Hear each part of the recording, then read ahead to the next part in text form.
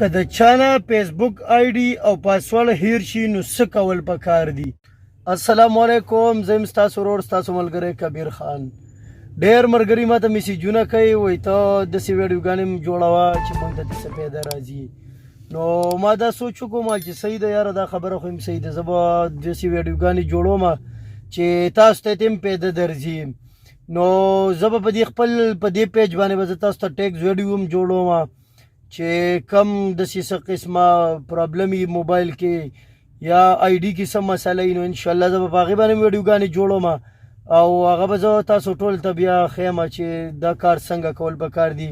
نو اوس درته په دې ویډیو کې وړه غوندې طریقه ښیم که چېرې ستاسو نه د خپل فیسبوک آی ډي هیره شي یا د نه پاسورډ هیر شي او بیا تاسو دا سوچ کوئ چې موږ به د خپل فیسبوک آی ډي او پاسورډ دا څنګه را پیدا کوو، نو د هغې طریقه زه اوس تاسو ته ښیم. نو خپل هم وګورئ او نورو ملګرو سره هم شیر کوئ. نو سکرین ته ځم، سکرین نه ریکارډینګ کوم، ډایرکټ زه تاسو ته طریقه ښیم چې د خپل فیسبوک آی ډي به په کومه طریقه باندې معلومو.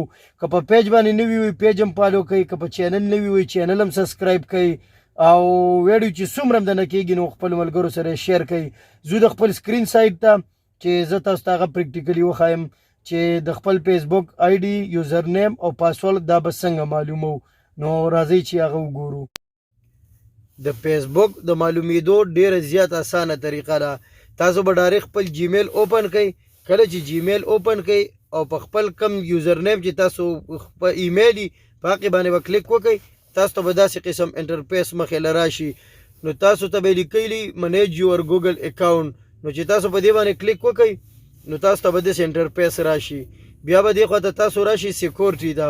کله چې په سیکورټي باندې تاسو کلیک وکړئ نو تاسو به بیا لاندې راشئ. نو لاندې چې راشي بیا به تاسو ته پاسورډ منیجر لیکلی. کله چې پاسورډ منیجر باندې تاسو کلیک وکړئ دا اوپن شي، نو چې څومره قسمه آی ډیګانې څومره په ویب سایټو باندې ستاسو کولاوي هغه ټولې به تاسو ته راوړي. اوس زما الریډي په امازون کې کولاو ده، په فیسبوک کې کولاو ده، په انسټاګرام کې کولاو ده، په پیپال بزنس باندې کولاو ده. نو اوس خبره زموږ د فیسبوک ته، نو چې موږ یو فیسبوک پاسورډ معلوم کړو که نه، نو په هغه فیسبوک باندې به تاسو کلیک وکړئ. کله چې تاسو په فیسبوک باندې کلیک وکړئ نو اټومیټیکلی به تاسو ته دا راواوړي. نو په هغې کې به بره سر کې تاسو ته یوزر نیم لیکلی او لاندې به تاسو ته پاسورډ لیکلی، خو پاسورډ به ستاسو های ډي. کله چې دا سترګه غوندې درته ښکاري چې په دې سترګه باندې کلیک وکړئ نو تاسو ته به بیا خپل پاسورډ هم ښکاره شي. نو دغه ډېره اسانه طریقه ده چې د فیسبوک به څنګه موږ خپل پاسورډ معلومو. نو د هغې طریقه تاسو ولیدله. انشاءالله د دې نه بعد بیا هر سړی په خپله ځان له خپل فیسبوک یوزر نیم او آی ډي په خپله معلوموي او ویډیو در سره خپلو ملګرو ته شیر کړئ. انشاءالله چې څه قسمه پرابلم وي، څه قسمه مسله وي درته د موبایل اباوټ یا د آی ډي د هر یو شیز وي، نو ما ته وټساپ هم کولی شئ او ما ته په میسنجر کې هم دغه کولی شئ. انشاءالله زه به کوشش کوم چې زه تاسو ښه پوه کړم او دغه رنګ پریکټیکلي هم پوه کړم.